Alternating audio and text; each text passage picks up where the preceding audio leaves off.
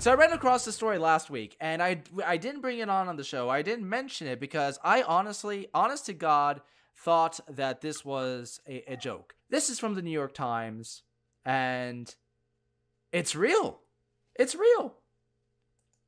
This Mary Poppins and a nanny's shameful flirting with blackface. A U.S. professor is deeming the classic 1964 film Mary Poppins racist, accusing Julie Andrews of blacking up her face with soot while dancing with chimney sweeps. In a New York Times op-ed called Mary Poppins and a Nanny's Shameful Flirting with Blackface, Professor Daniel Pollock Pelzer slammed the iconic dance scene where Poppins joins Dick Van Dyke's Bert on a rooftop for the song Step in Time. The quote is, when the magical nanny accompanies her young charges, Michael and Jane Banks, up their chimney, her face gets covered in soot.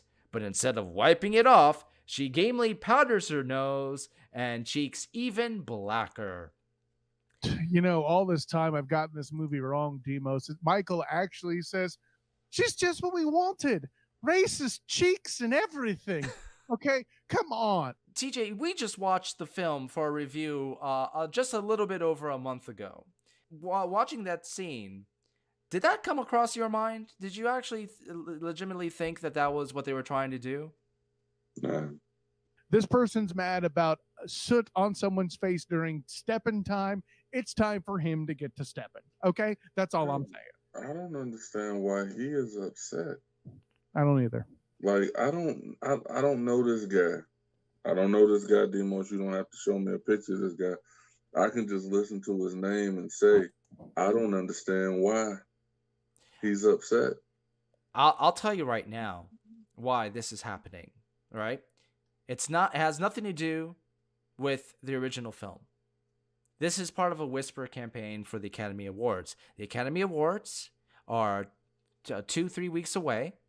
Mary Poppins Returns, the new film, has been nominated for several awards. You've got to be shitting me. This is part of the campaign against the film. This is I'm somewhere else completely different, Demos. Okay, fine. There's a whisper campaign. Cool. Why was this even getting consideration in the first place?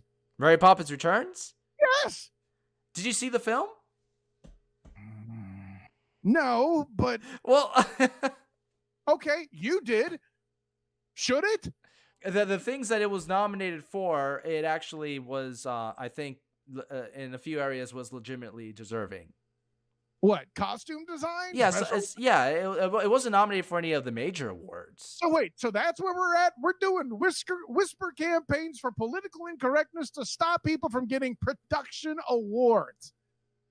Holy crap. So somebody is upset at how white Mary Poppins is. And rather than, just letting it be, because there are plenty of white-ass movies out there, you want to attack it. It's stupid. It's a waste of time. That dude is an asshole. This is why I think my theory is correct, because this is the way that the article starts, right? Mary Poppins Returns, which picked up immediately, first line mentions Oscar nominations, which picked up 4 Oscar nominations last week, is an enjoyably derivative film that seeks to inspire our nostalgia for the innocent fantasies of childhood, as well as the jolly holidays that the first Mary Poppins film conjured for many adult viewers. Part of the new film's nostalgia, however, is bound up in a blackface performance tradition that persists throughout the Mary Poppins canon. I tell you right now, gentlemen, this has nothing to do with race. This has nothing. This is honestly, they're using racism as a smokescreen to attack the Oscar competition, which makes it even worse. But this makes it racist, in my opinion. I have legitimate reasons to be upset. There are legitimate people who are ignorant that go in blackface to try and be funny. Them too. But this isn't the situation that we're talking about. I don't think, and I could be wrong. I could be totally wrong. The person who directed the original Mary Poppins could have very well been laughing behind the scenes at that moment, but that's not the way that it came off. especially when we're talking blackface. When the person is trying to be disrespectful, it's obvious. I don't feel that way. Like when someone says or does something racist, I feel a certain way. I feel dirty. Like I really feel like they're a homeless person with like a homeless person's coat that's like full of urine and sweat, and they just took that coat and put it on me. And now I'm sitting here walking around with this heavy ass piss coat. That's how I feel when I deal with something racist. I didn't feel like that when I was watching Mary Poppins. I didn't feel like that. I deal with a lot of stuff that makes me feel like I'm wearing a piss coat. That ain't one of them.